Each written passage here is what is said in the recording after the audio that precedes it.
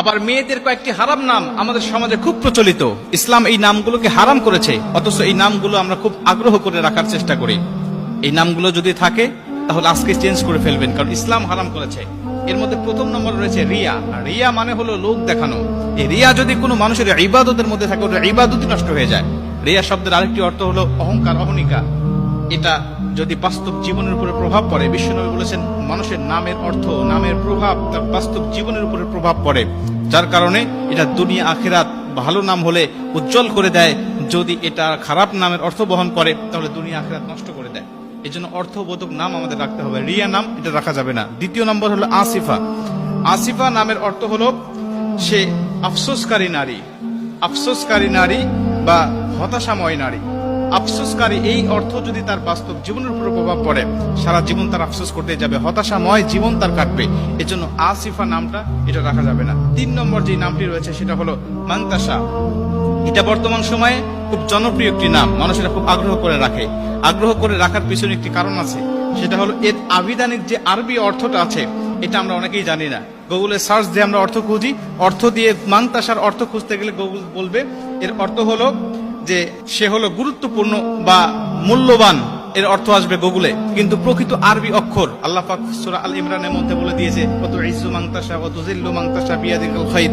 এর আবিধানিক আরবি অর্থ হলো, এর অর্থ হলো যে তুমি যা ইচ্ছা তাই করো, তুমি যা ইচ্ছা তাই করো। আল্লাহ পাক বলেন আমি যাকে ইচ্ছা সম্মান দান করি, যাকে ইচ্ছা আমি আল্লাহ পাক ইচ্ছা দিয়ে দান করি। এজন্য আল্লাহ পাক বলছে কত ইজ্জু মাংতাসা ওয়া তুযিল্লু মাংতাসা। এই মাংতাসাটা আমরা এটাকে ব্যবহার করি খুব ভাবি যে আরবি কোরআনের মধ্যে আছে নামটা, কোরআনে থাকলেই যেটা ব্যবহার করতে হবে বিষয়টা এমন নয়। কোরআনে খিনজিরের কথাও রয়েছে, এটা তো মানুষ ইচ্ছা করে এই নামগুলো রাখবে না। অতএব অর্থটা কোনটা হয় এটা আমাদের খেয়াল রাখতে হবে। 4 নম্বরে যে নামটি রাখতে আমাদের সমাজে দেখা যায় খুব, সেটা হলো মাসুমা। মাসুমা হলো চির নিষ্পাপ বা যার কোনো গুনাহ নেই, চির নিষ্পাপ। এটা কোনো মানুষ হতে পারে না, নবীরা ছাড়া একমাত্র চির নিষ্পাপ, যার কোনো গুনাহ নাই একমাত্র নবীরা। মানুষের কম বেশি গুনাহ থাকবে। অতএব এই নামের অর্থের দিক বিবেচনা করে উলামা একরামগণ, মুফাসসির, মুহাদ্দিসগণ বলেন যে এই নামটিও রাখা যাবে না। 5 নম্বরে যে নামটি সেটা হলো মারিদা বা মারিদা। এই মারিদা শব্দের অর্থ হলো অসুস্থ, অসুস্থ, রোগা।